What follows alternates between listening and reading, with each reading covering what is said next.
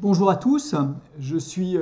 Philippe Lal, je suis conseiller stratégique pour la pédagogie à la DGCIP, la Direction Générale de l'Enseignement Supérieur et de l'Insertion Professionnelle. Alors, si je m'adresse à vous, donc en tant que conseiller stratégique, mais aussi peut-être beaucoup plus comme professeur d'université à Lyon 1 et puis comme même ancien vice-président de cette université en charge de la formation, c'est que j'ai moi-même pu faire le constat, comme nous tous, hein, que la question de la formation universitaire, c'est vraiment une question vive et qu'elle est traversée depuis des années par des mutations de tout type que en fait nous connaissons tous. Et la pandémie mondiale que nous vivons est sans doute la dernière en date. Vous voyez d'ailleurs que j'enregistre ce message en mode confiné depuis mon salon. Donc vraiment, je pense que le domaine de la formation a été interrogé ces dernières années plus que depuis longtemps. Et puis bien sûr, les dernières transformations, vous les connaissez, c'est celles liées au contexte sanitaire et à la nécessité de faire de l'enseignement à distance dans des contextes où on n'y était pas forcément bien préparé et aussi peut-être de faire des évaluations à distance, ce à quoi on était encore moins bien préparé probablement. Donc voilà, la formation universitaire change, elle a changé déjà, est-ce qu'elle doit changer encore plus, comment? Bref, toute une série de questions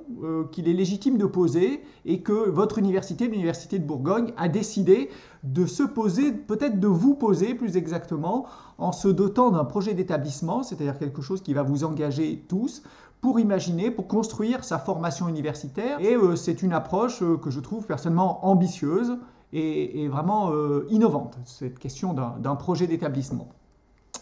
Mais ça n'est pas seulement donc quelque chose, on le voit, qui est une réaction à la situation actuelle, mais c'est vraiment l'idée de se projeter dans une action, d'une action forte pour penser cette formation universitaire pour les années qui viennent. Alors, un projet d'établissement pour la formation, c'est une action novatrice dans le paysage de l'enseignement supérieur français. Je n'en connais pas d'autres et forcément la DGCIP, hein, au ministère de l'Enseignement supérieur, de la Recherche et de l'Innovation, c'est quelque chose qui vraiment nous interroge, quelque chose que nous remarquons.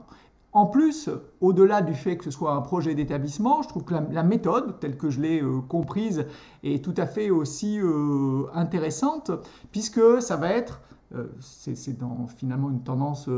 sociétale, j'allais dire, mais ça va être celle de la participation, de la co-construction, comme on dit, de ce projet avec toute la communauté universitaire. Et vraiment, ce que je trouve même assez intéressant, assez remarquable, c'est qu'on aurait pu se dire, ben voilà, on va